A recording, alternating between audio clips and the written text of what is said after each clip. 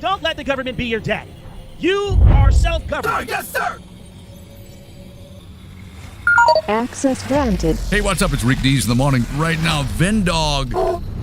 Going live from a 35,000-foot view to Captain America for Jesus himself. VinnDoggRadio.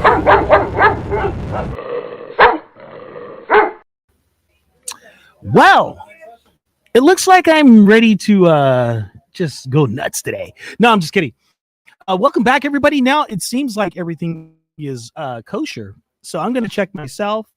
I'm going to check the YouTube universe right now and make sure everything is good. Brother Brandon, good to see you, man. What's up, man? Yes. You coming in October? Yes, I'll be there in October. Hey, brother. God bless you, bro. Bless you, man. Okay. All righty. So, yeah, this afternoon, that was Brandon Holehouse. He is heading out. He's got to go get ready for church tomorrow for Sunday. Hey, check YouTube and see if we're good, Pistol. Yeah. So, yeah, Pistol Pete's checking YouTube right now, making sure we're good.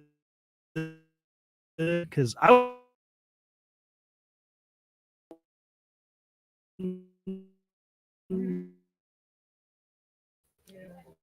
am I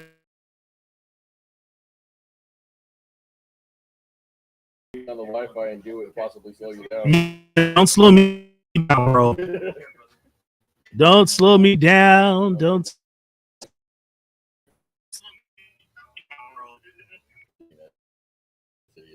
No, you're so choppy. Yeah, it is. It is big time, but it's tight. So, what I'm gonna do is I'm gonna go in on some vids right now, man. So, Pistol Pete, you don't have to be on camera, but I need you to do me a favor. What's that? I need you to go to this add the video here. Yep. And go to click on that video. Yep. No, not that one. Camera. Yeah.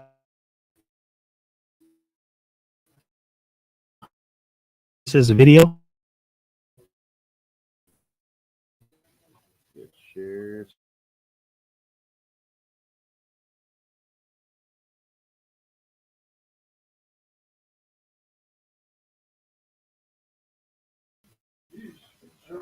Oh, there it goes.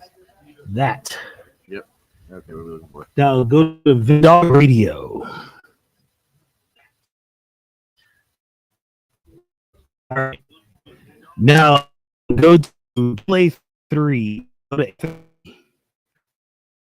play 3. Wow, that's crazy. Yeah, it looks like it's trying to load. Yeah, it is trying to load, but I don't know why it's trying to load. So, folks, I mean, the location where we're at, choppy, but you know.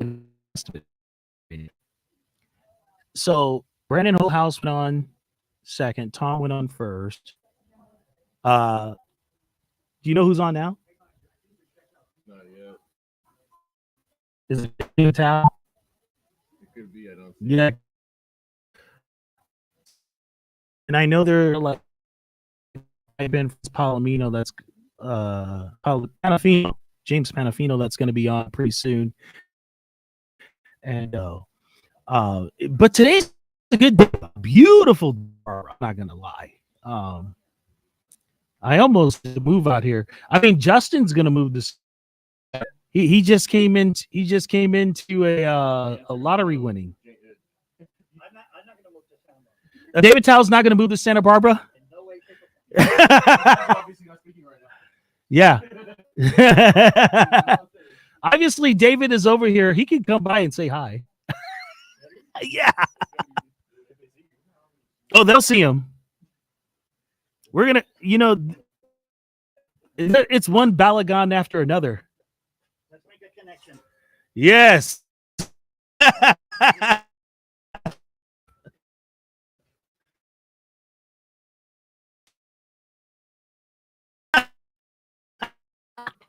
Shalom, my friend. And Ooh, big balagan. yeah. Well, it's always been a balagan, but I think we've got a bigger balagan going on. I think Israel has decided or understood or realized or the conclusion that Hamas doesn't want an agreement. Hamas doesn't want to give back the hostages. They're not going to give back anytime soon. So Bibi convinced the cabinet that we're going to reconquer Gaza and we're going to deal with it ourselves. Yeah, because it seems like waiting on everybody else is not going to work. Yep. And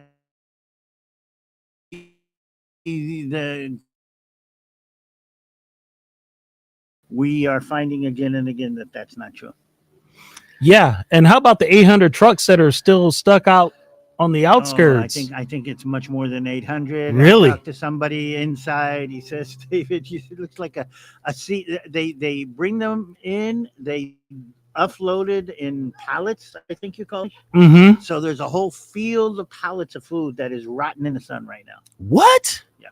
Wow. And the United Nations and all the different aspects don't want to mess with it, don't want to send it out because they don't want to see as cooperating with Israel and helping feed the poor people of Gaza. Wow, that's terrible. Yep. That's terrible.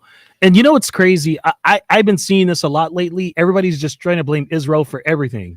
Well, the hatred of the Jews. I don't know if you heard what we were talking about. Somebody asked today, what would bring together a one world government? And I'm saying, look at, the progressive left on one side.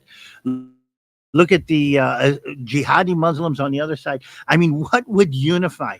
What would create a pink-haired lady with a kafia? I don't know if you understand that picture. Oh, boy, it's terrible. And the only thing that does is hatred of the Jews. Mm-hmm.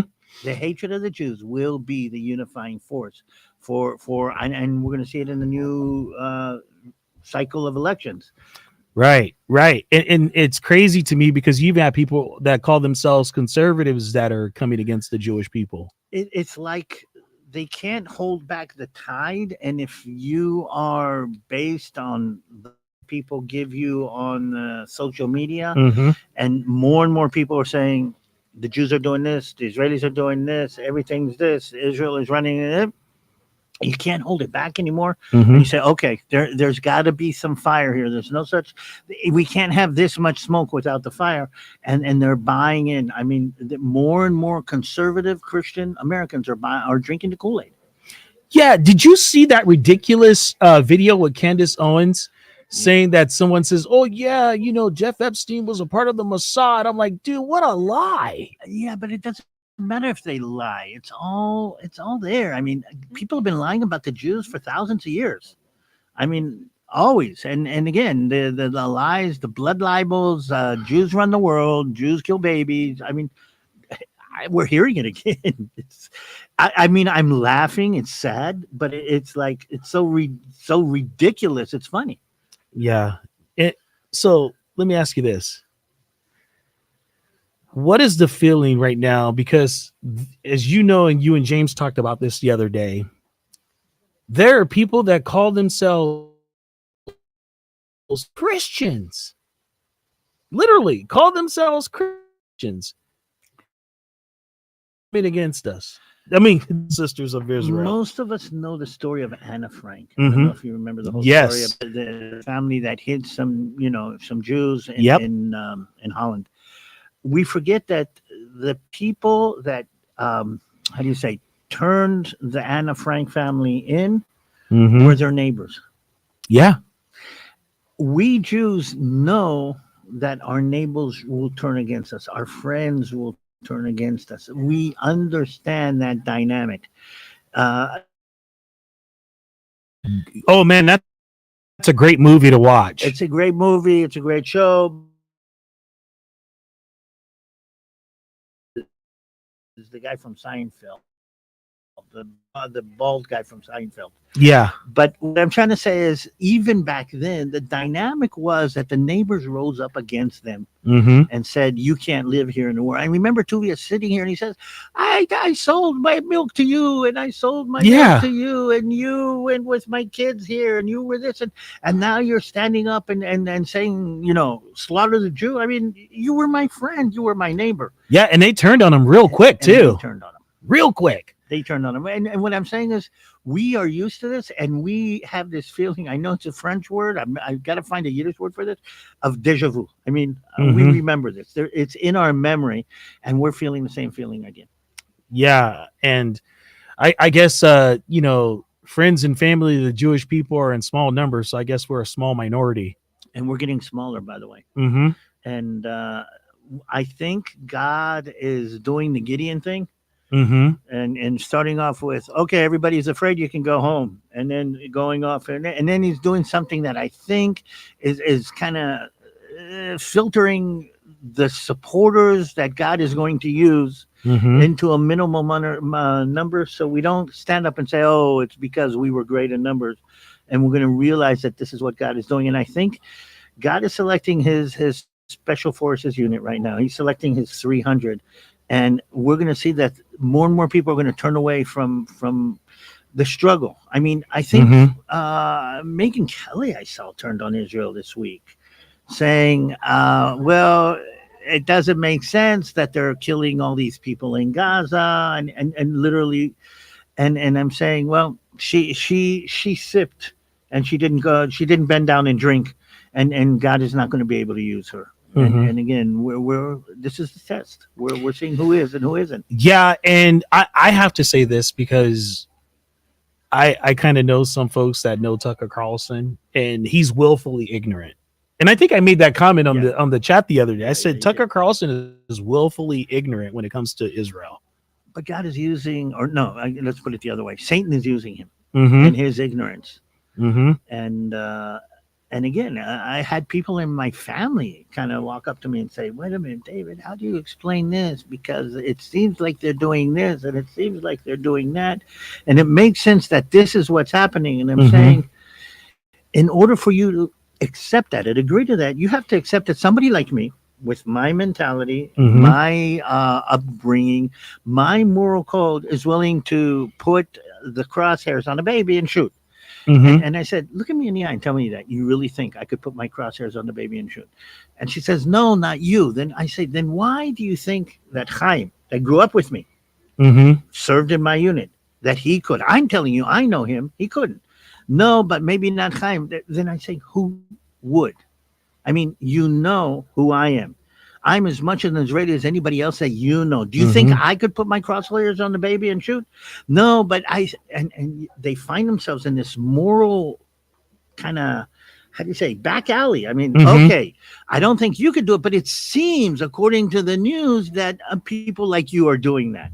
Wow. Said, does that really make sense to you? I mean, have you lost everything?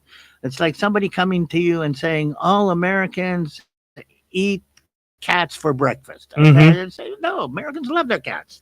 No, but it seems to me that Americans can eat cats, and people buy into it. And the only reason they buy into it is because we're Jews. Yeah.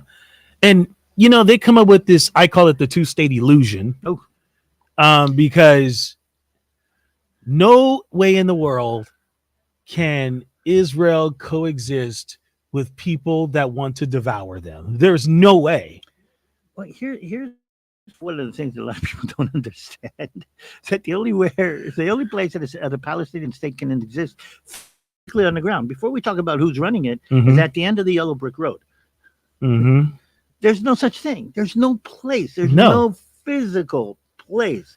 Israel is not, this is an area that's under Palestinian control. And if you want to create a Palestinian state right now, you have to take one side of the street to be Palestinian and the other side of the street to be Israeli. And here's the question: who collects the trash? I mean, it doesn't make sense. Nobody really thinks that there's no actual way, shape, or form that the two states can actually exist. Now, if you say something else, let's move all the people from the Israeli side, the Jewish side, into the Israel, and all the people from the Muslim side into that side, then you are doing ethnic cleansing. That's the only way to create two states. Right. And here's the thing: a lot of people don't realize there is a Palestinian entity that is as independent in areas of Ramallah and the West Bank and Judea as the Vatican is, let's say, in Rome. Right. Okay, the Vatican is a separate entity. Or take something like Monaco. in France. Okay, Mhm. so there is a Palestinian Authority running the show there, but there's no Jews living there. Right. On the other hand, there's Jews living in Israel. Right. Across the street from me, there's a Muslim family. Mm-hmm. The people I work with on the buses, a lot of them are Muslim. I mean, Mhm. so we live together with Arabs, but the Arabs don't live together with us. And I think that's the core of the faction. Nobody, by the way, the Arabs don't want a two-state solution. I mean, the Europeans want for them because that's a nice political situation that they can say we're pushing this. Ask the Hamas if they want a two-state solution. Ask No. the Muslims. No, No. definitely. You know why not? Why does the Hamas, and said it very clearly, why don't they want a two-state solution? He says, if we agree to a two-state solution, we might agree to have our own state, but that means that we have to sign on the dotted line for the creation of a Jewish state. And they don't want to do that. Exactly. Nothing. No. So the problem with this two-state solution is not the lack of a state for the Palestinians, it's the lack of a state for the Jews if the Palestinians have any kind of control. Right. Now, I hear all this stuff from Macron. Oh gosh, that guy. The guy whose husband beat him up? Yeah, No, yeah, sorry, I didn't say that. Husband wife. His husband wife. The man she beat him up. But why doesn't he just you want a Palestinian state? Hey, give him some of France. Well, you want the short version or the long version of that? Oh, hey, let's do it. You ever been to the French Riviera? No. Okay. Maybe. Because if there's anything I can say about on the beaches of the French Riviera is that they are very not Muslim. I'm saying the dress code on the beaches of French Riviera is something that you could die for if you went to the beaches in Gaza with. Oh, man. So I don't think that would work with Muslims living in France because it is not acceptable. Again, people don't understand how different this dynamic anti-culture, this Muslim anti-culture is, and how really, really vicious it is as a culture. It goes against everything that modern Western world or modern Western culture, even conservative, traditional Christian cultures, okay? But even progressive cultures couldn't last for half a day in Gaza. No. And how that connection is made is a big balagan. Right. And that's a big balagan. Do you remember the one guy he was doing?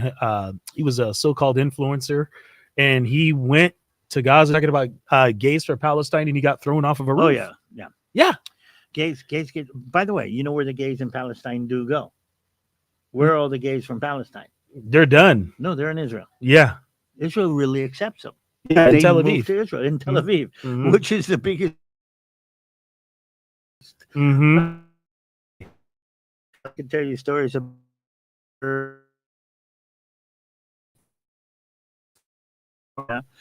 to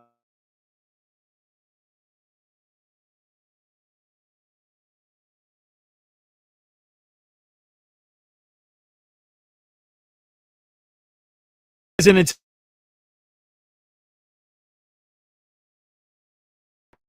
at a gay parade, and they couldn't believe it. David, I can't believe what I'm seeing. David, this is the Holy Land. How did this happen? Yeah. And yeah, it was very, very cute. Yeah. So, do you think that they're going to finish the job in Gaza soon?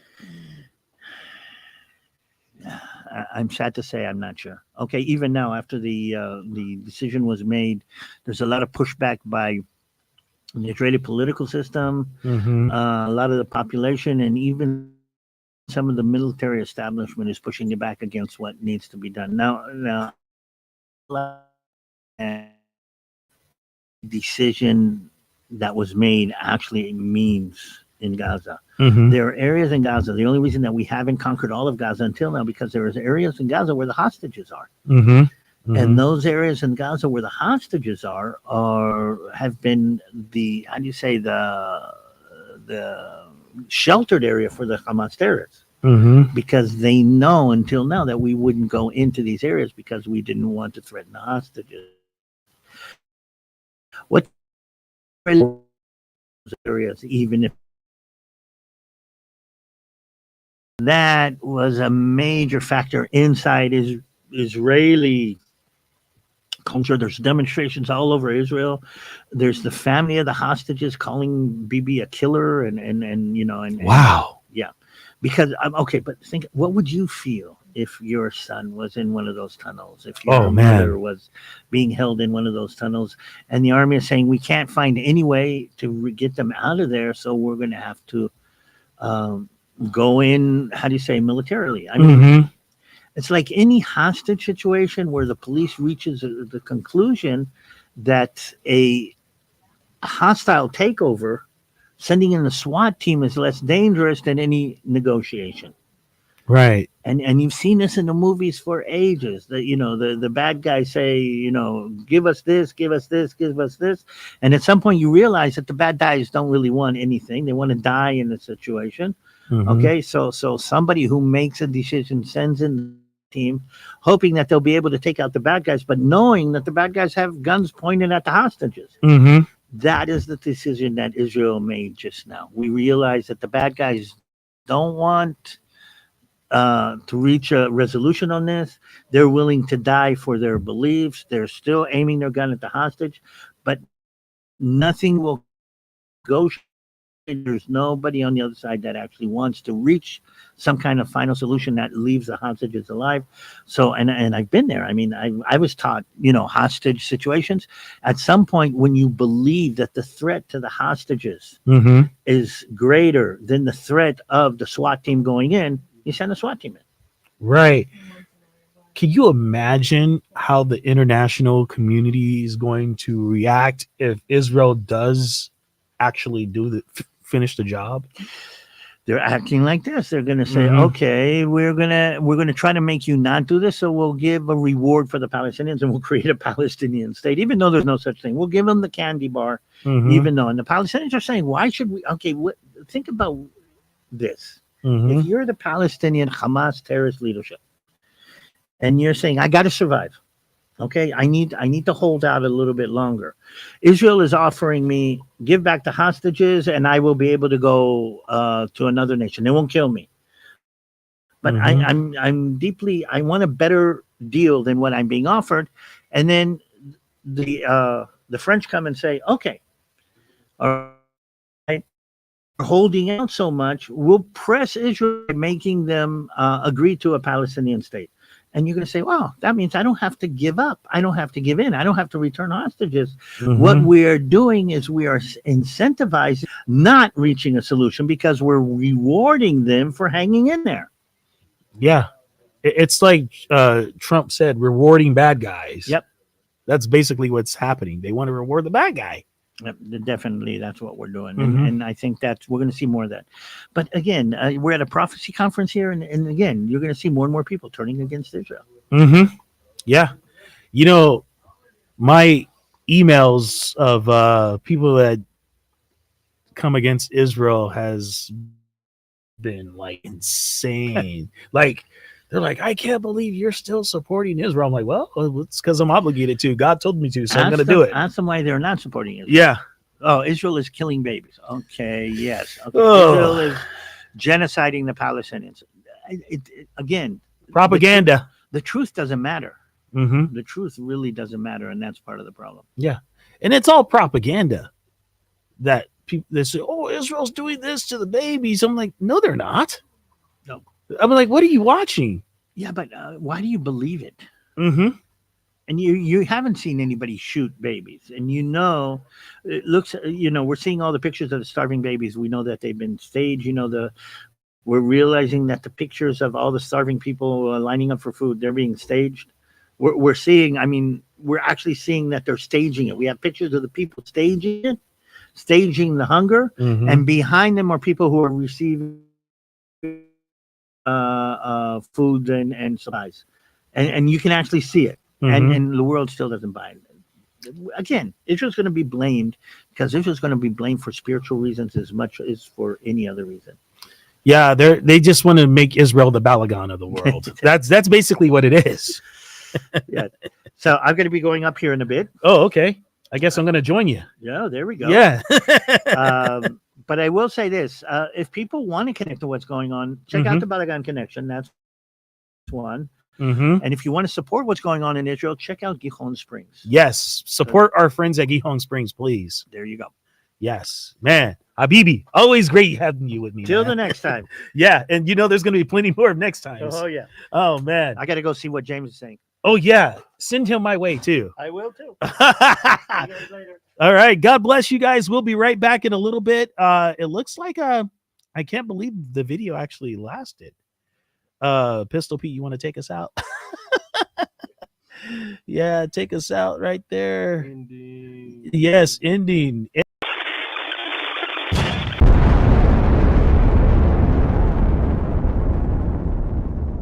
VinnDoggRadio.